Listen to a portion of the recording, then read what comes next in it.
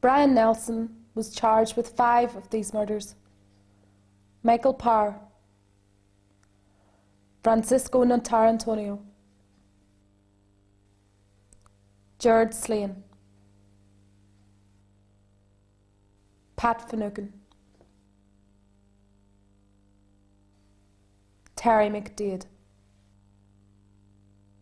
Nelson's role in these murders was covered up by the then Prime Minister John Major, who prior to Nelson's trial met the trial judge Basil Kelly and the head of the British judiciary in the north, Chief Judge Brian Hutton.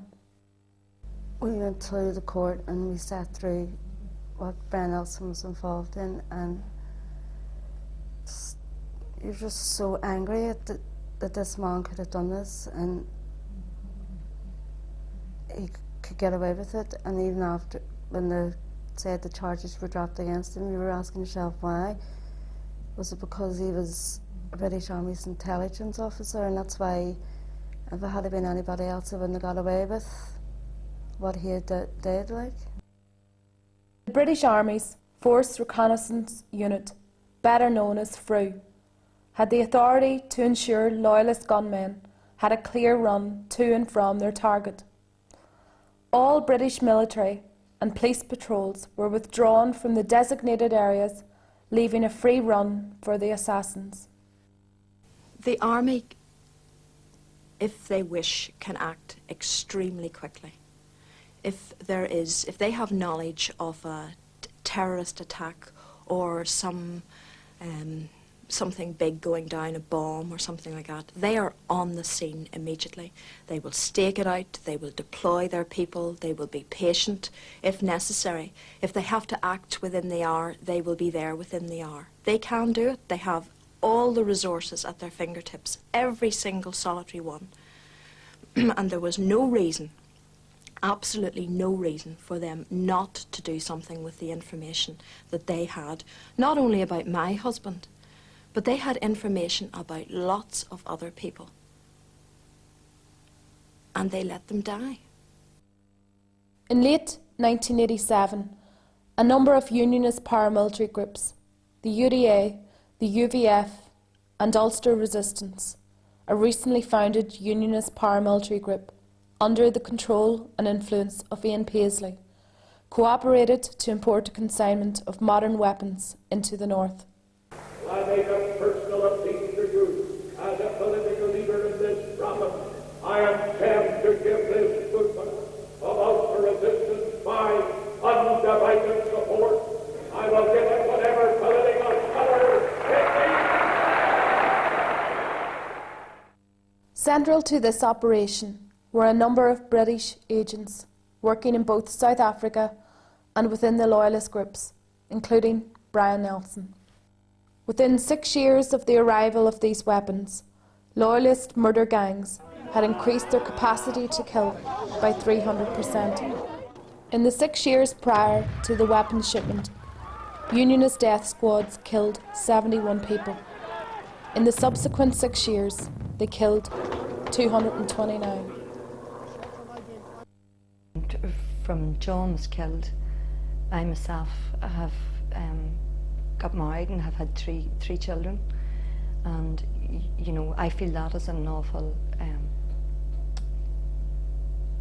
loss, that he has never known them, or they have never got to know him, the kind of person that he was, or the uncle that he could have been, or the father that he could have been himself.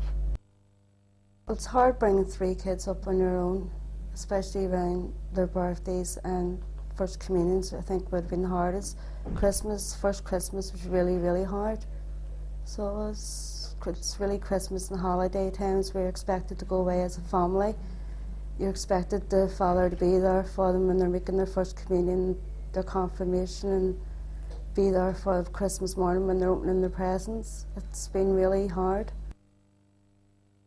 Well, the impression I get from my outer family of my mother is that she was very energetic. She was always on the move. She was a very cheery, happy person. She always wanted to better herself. That's why she went back to school. She was a single mother. She had me at a very early age, but she decided at the age of I think it was 25, 26 to go to university and get a law degree. It's been devastating. 8 months after Fhirinne was murdered, my father was found dead in his bed on Christmas Day. He was taunted constantly by the British Army anytime he went onto the street about Fhirinne. And he then stopped. He used to go for walks, maybe over to the graveyard or up to the top of the White Rock. And when that started with the British Army, he stopped going out. He then died, as I said, on Christmas Day of a broken heart. The Unarnia campaign began in 2001 when a group of relatives who had lost loved ones as a direct result of collusion came together. The help and support that Unarnia has received and given has created a sense of unity among many of the relatives and friends of victims of collusion. To date, Unarnia has been involved in numerous activities to highlight its campaign. In February 2004, over 70 relatives travelled to London where they held protests outside MI5 and Conservative Party headquarters. We're hoping to show the British government that we are not going to let the murder of our loved ones go on unnoticed, and we hope the British government face up to the responsibilities and give us an investigation into the murder. We hope to find out why the British government permitted our loved ones to be murdered. Well, I mean, obviously we're all in the same boat. I was very young when this happened, but now I think by doing this and taking a stand and making them know that we're not going to let it go, you know, and before people like Thatcher die, and hopefully they'll get their comeuppance.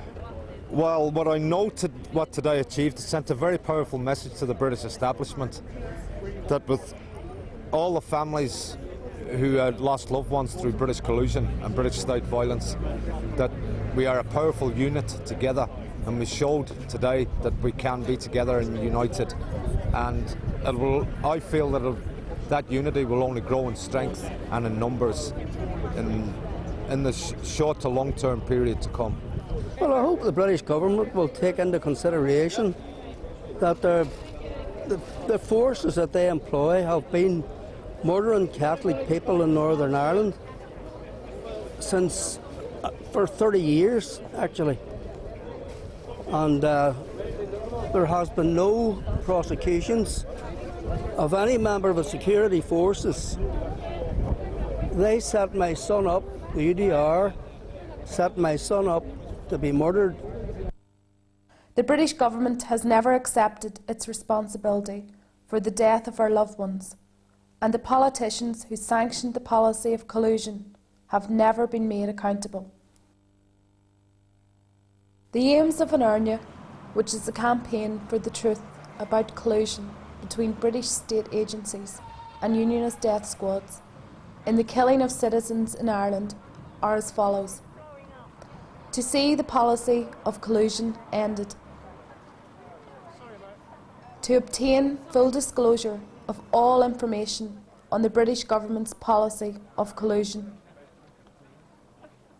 to achieve the dismantling of all structures and agencies which implemented this policy of state murder,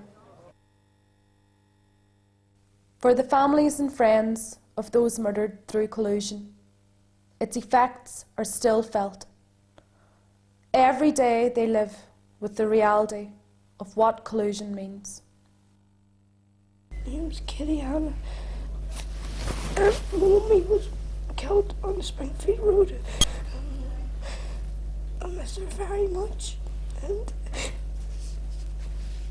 I never got to call her Mummy or nothing. And I can't remember. It feels like I didn't even have a Mummy. I don't know. Kitty, I'm not going to ask you to say anything else, darling. I hope we could say that any better than that. Yeah. Thanks very much. That's all you need to say.